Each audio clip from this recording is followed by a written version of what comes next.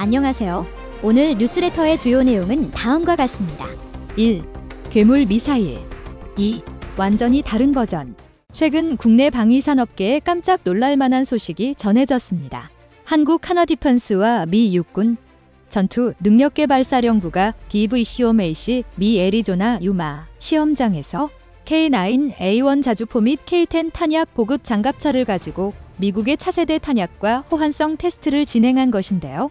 사용된 폭탄은 미 육군의 M795 고폭탄과 차세대 XM1113RAP 탄이었습니다.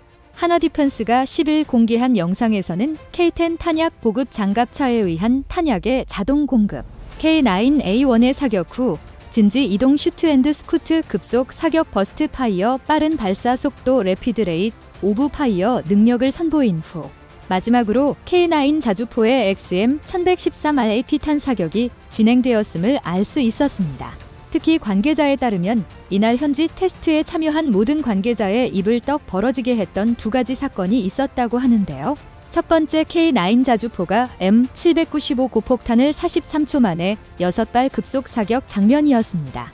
물론 한화에 숙련된 엔지니어들이 직접 시연에 나선 것이었지만 완전 자동 장전 장치가 탑재된 K9A2도 아닌 손으로 장약을 넣어야 하는 반자동 장전 장치인 K9A1에서 43초 내 6발 사격에 성공해내자 미 육군 관계자들은 놀라움을 감추지 못했다고 하는데요. 그도 그럴 것이 기존 알려진 K9A1 카탈로그 스펙이 분당 6발 사격이었는데 실제 사격에서 무려 17초나 더 앞당겨 43초에 끝냈기 때문입니다. 이쯤 되면 중국과는 다른 의미로 뻥 스펙인 듯하네요. 보고 있나 시진핑. 두 번째 놀라운 장면은 차세대 RAP탄인 XM1113을 장착한 K9 자주포의 사거리가 무려 50km 이상을 달성했다는 것인데요. 기존 40km로 알려진 사거리를 25%나 향상한 성과였는데 이는 XM1113RAP탄의 위력과 K9 자주포에 미친 운용성이 두드러지는 결과였습니다. 존 켈리 하나디펜스 USA 사장 겸 CEO는 유머에서 미 육군과의 협력은 훌륭했다 라고 밝혔는데요. 특히 놀라운 사실은 미 육군의 비밀병기인 XM1113RAP 탄이 다른 해외 포병 장비에서 사용된 것이 이번이 처음이었다는 것입니다. 이로써 알 수 있는 건 사실 이번 K9 자주포 시험평가의 핵심은 얼마나 성능이 뛰어난 자주포인지를 보여주는 것이 아닌 얼마나 XM1113RAP 탄과 호환이 가능한가 셨다는 것입니다. 자주포의 성능을 선보이는 것이 주목적이었다면 영국에 보는 것과 같은 K9A2 버전을 가져왔을 터. 이로써 미 육군과 한화가 K9 자주포에 XM1113RAP 탄을 적용하는 구상을 짜고 있음을 알 수 있습니다. 그런데 이쯤 되니 궁금증이 하나 생깁니다. 아니 세계 수많은 자주포 가운데 왜 굳이 한국의 K9 자주포였을까?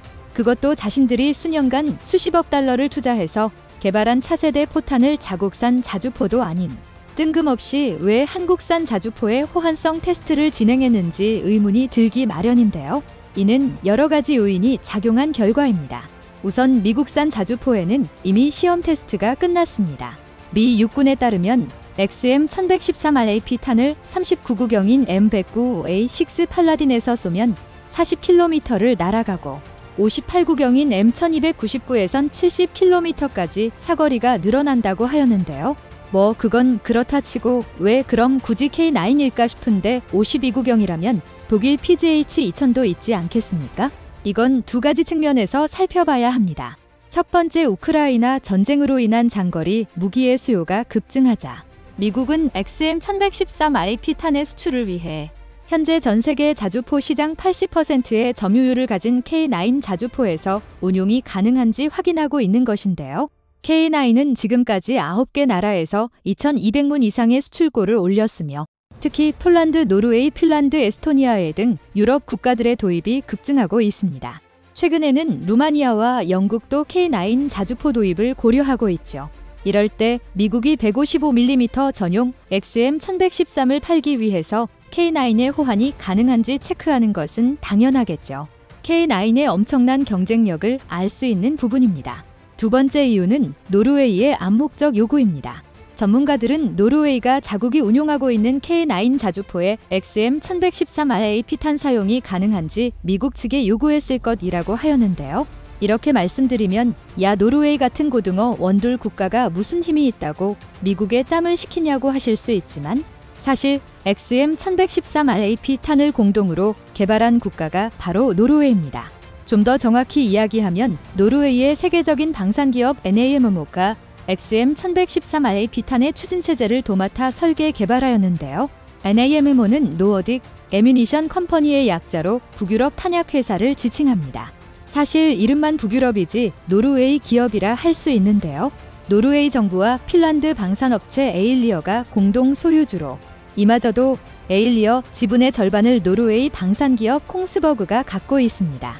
NAMMO는 기술력 하나만큼은 전 세계 1티어 급으로 끝내주는데 미 육군이 개발 중인 RAP탄, 베이스 블리드탄 그리고 램제트탄 3종 포탄 모두 NAMMO가 핵심 파트너 기업으로 참여하고 있는 상황입니다.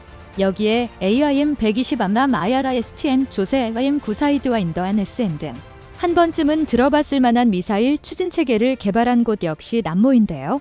최근에는 현대로템이 NAMMO와 손잡아 유럽에 수출된 K2 전차용 120mm 탄약 개발을 하기로 하였죠. 현재 노르웨이에서 운용되고 있는 K9 자주포는 물론 유럽 내 다른 K9 운용국들도 남모가 개발한 폭탄들을 사용하죠.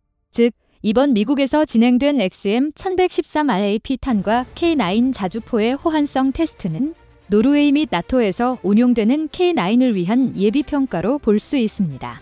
그리고 이와 발맞춰 지난 7일 노르웨이는 K9 자주포 3운과 K10 8대를 추가로 도입하는 계약을 체결하였죠. 푸틴 경악하는 소리가 여기까지 들립니다. 최근 러시아 우크라이나 전쟁을 통해 드러난 몇 가지 사실은 포병의 중요성과 함께 사거리의 전략적 이점에 대해 다시 한번 깨닫게 해주었습니다. 포병의 역할을 고려하였을 때 사거리 연장은 매우 핵심적인 고려 요소인데요. 미 육군의 존 래퍼 T대령은 우리의 가장 근접한 목표는 155mm 포를 이용한 사거리 100km에 도달하는 것이며 이 목표를 달성하기 위한 몇 가지 기술 RAPBB를 보유하고 있고 특히 포탄의 공기 흡입식 제트 엔진을 사용하는 램제트가 그 방안이 될 수 있다라고 언급했습니다. 이는 적국이 없는 미국마저 포병 사거리 연장에 대한 필요성을 느끼고 있고 이와 관련된 기술적인 사항들을 검토하고 있음을 알 수 있는 내용이었습니다. 자주포의 타격 사거리가 늘어난다면 더욱 다양한 핵심 표적을 파괴 및 무력화시킬 수 있고 또 화력 우세에 있어서 적보다 우수한 타격 능력을 갖추게 되기 때문에 수적 열세에도 화력 우세를 달성할 수 있습니다.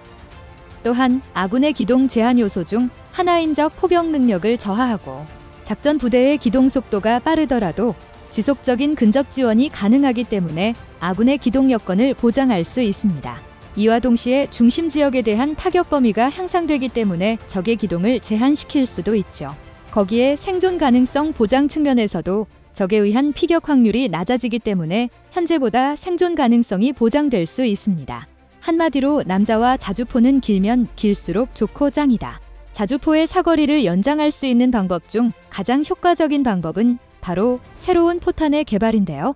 대표적으로 로켓보조 추진탄으로 불리는 RAP탄과 탄 저항력 감소탄으로 불리는 BB탄, 그리고 램제트 추진이 먹디 틈탐이 있습니다. RAP탄은 포탄 탄저에 조그마한 로켓 모터를 달아서 추가적인 추진력을 얻는 방식으로 사거리를 증가시키는데요.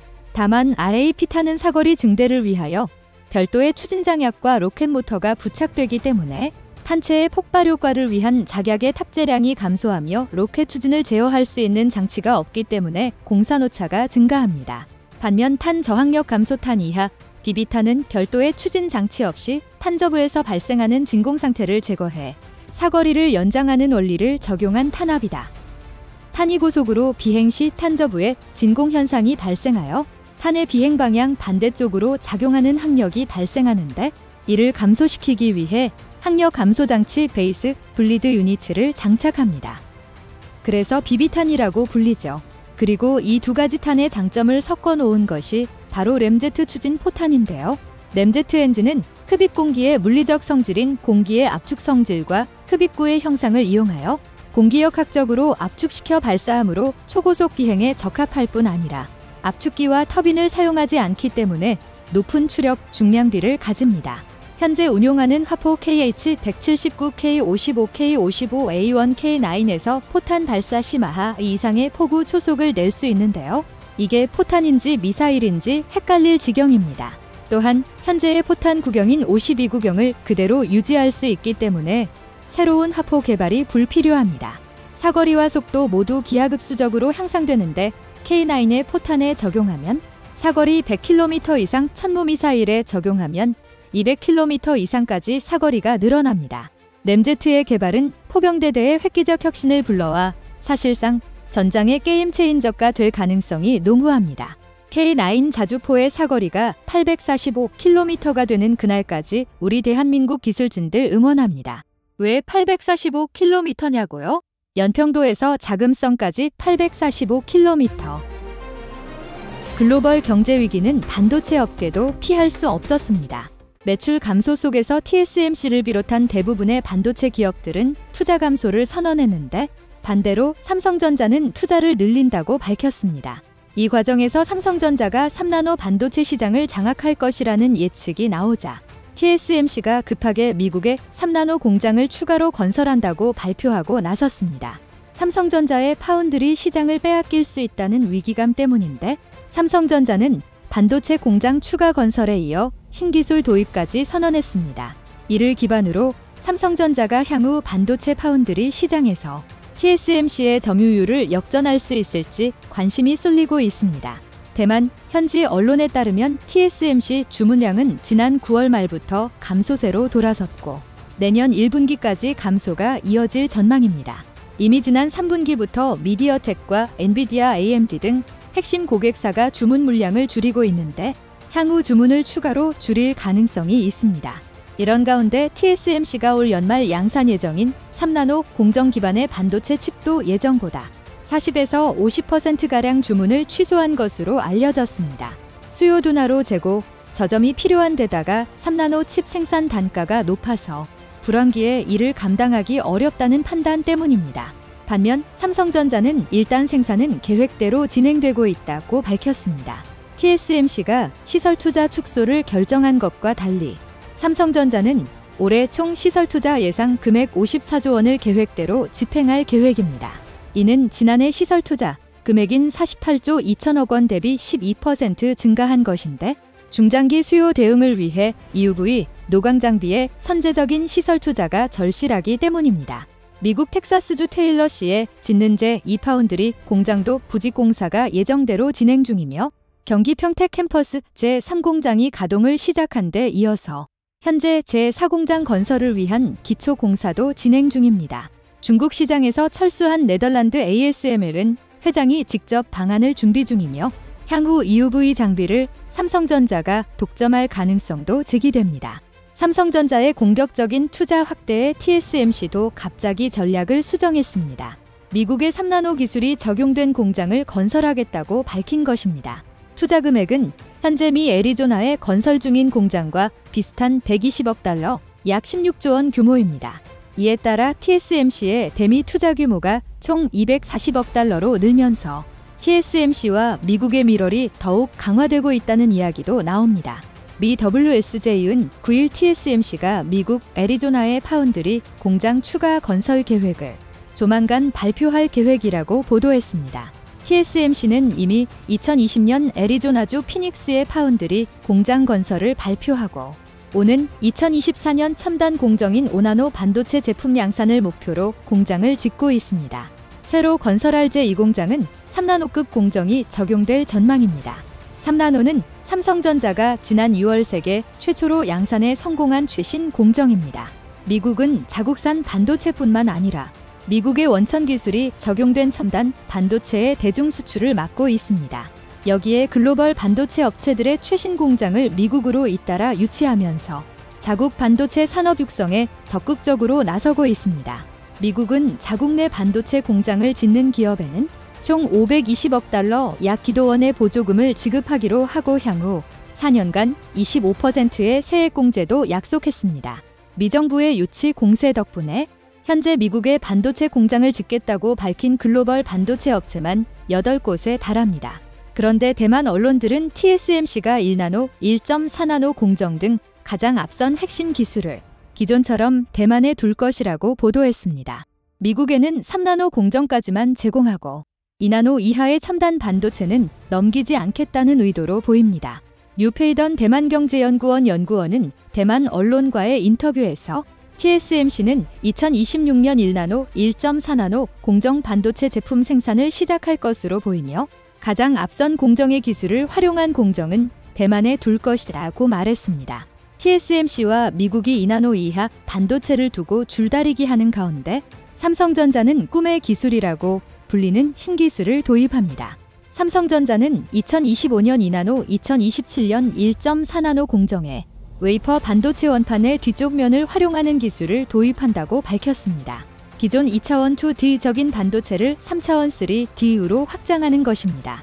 해당 기술은 유럽 최대 종합반도체 연구소 IMEC 마 이메이리가 최초 고안한 것으로 이재용 부회장이 지난 6월 IMEC를 찾아 이와 관련한 논의를 나눈 것으로 알려졌습니다. 삼성전자는 3나노미터 공정에서 GAA라는 색 구조를 처음으로 상용화한 만큼 2나노 공정에서도 1위 TSMC의 기술 우위를 점하겠다는 전략을 세웠습니다. 삼성전자는 2나노 공정부터 웨이퍼의 뒤쪽을 활용하는 기술, BSPDN, 백사이드 파워 딜리버리 네트워크를 활용합니다.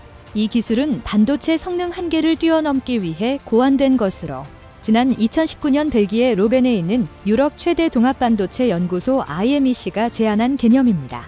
최근 삼성전자 파운드리의 기술개발 연구직원이 국내 반도체 포럼에서 관련 내용을 발표했습니다.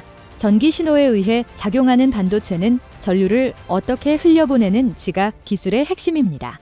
반도체 성능과 효율을 동시에 높이는 공정 미세화가 진행될수록 전류 흐름은 더욱 중요해졌고 이전 기술로는 한계가 명확하다는 것이 밝혀졌습니다. 이를 해결한 것이 인텔이 2011년 처음 상용화한 핀펫 피네피티 구조입니다.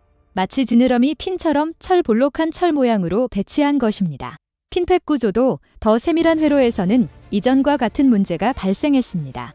이 문제를 해결하기 위해서는 전류가 흐르는 통로 상하좌우 사면을 구도라 올회처럼 감싸는 GAA 기술이 나타났습니다. GAA는 구조 특성상 전류 흐름성이 더 좋아질 수밖에 없는 구조여서 세밀한 회로를 그리는 게 가능했지만 화한 회사는 없었습니다. 삼성전자는 GAA를 개선한 MBCFET 구조를 독자 개발해서 3나노미터 공정에 최초 적용 초미세 공정을 선도하기 시작했습니다. TSMC는 3나노미터 공정까지 기존의 핀패드를 유지하고 그 이하 공정부터 GAA를 도입한다는 계획이지만 삼성전자가 3나노미터 양산을 시작한 지 4개월이 지나도록 양산에 실패했습니다. BSPDN은 이보다 한 차원 수준이 높은 기술로 여겨집니다. 전류 흐름을 원활하게 하기 위해 구조를 바꾸는 게 아니라 웨이퍼 뒤쪽의 전기 전달을 위한 구조를 짜는 것입니다. 현재 반도체가 웨이퍼 한쪽만을 사용하는 2D 형태라면 BSPDN은 웨이퍼의 앞뒤를 모두 사용하는 3D 형태입니다. 웨이퍼 전면에는 논리적인 연산 작업을 수행하는 로직 기능으로만 채우고 후면에는 전력이나 신호 전달 라우팅 기능을 넣습니다. 그렇게 되면 기존의 로직과 전력, 신호 라우팅이 모두 빡빡하게 들어가던 웨이퍼 전면에 여유가 생기고 보다 세밀한 회로를 새길 수 있게 됩니다. IMEC가 지난해 세계 최고 권위의 반도체 학회인 VLSI 심포지엄에서 발표한 논문에 따르면 BSPDN 기술을 활용할 경우에 기존 웨이퍼 전면만으로 만들어진 반도체에 비해 성능과 효율이 월등히 높아집니다. 여기에 더 세밀한 회로가 그려지면 초미세 공정으로 인한 시너지 효과도 기대할 수 있습니다. 업계 관계자는 삼성전자가 3나노미터로 앞선 초미세 공정 경쟁에서 한 발짝 멀리 나가기 위해서 승부수를 띄운 것으로 해석된다라며 기술을 주도하는 회사라는 신호를 시장에 던져줄 수 있을 것으로 기대된다고 했습니다. 파운드리 산업에서 삼성전자가 TSMC를 따라잡기 위해 움직이고 있다면 메모리 반도체 시장에서는 마이크론의 추격을 따돌리기 위해 움직이고 있습니다. 최근 디램 업계 3위인 미국의 마이크론 테크놀러지가 또다시 차세대 디램 기술을 세계 최초로 시장에 선보였습니다. 업계 선두권 기업인 삼성전자, SK하이닉스가 내년 양산을 예고한 10나노급 5세대 1B 디램을 한 발 먼저 출시한 것입니다. 동종업계는 마이크론이 4세대 1A D램에 이어 5세대까지 세계 최초 타이틀을 잇따라 차지한 점을 경계하고 있습니다. 6일 업계에 따르면 마이크론은 이달 초 1B D램 제조 공정 기술을 세계 최초로 선보인다고 발표했습니다. 회사 측은 신기술은 4세대 대비 전력 효율은 15% 높아지고 집적도는 35% 이상 향상된다고 밝혔습니다. 마이크론은 현재 스마트폰 제조업체와 파트너사에 샘플을 보내서 검증을 진행 중이며 양산 준비가 끝났다고 설명했습니다.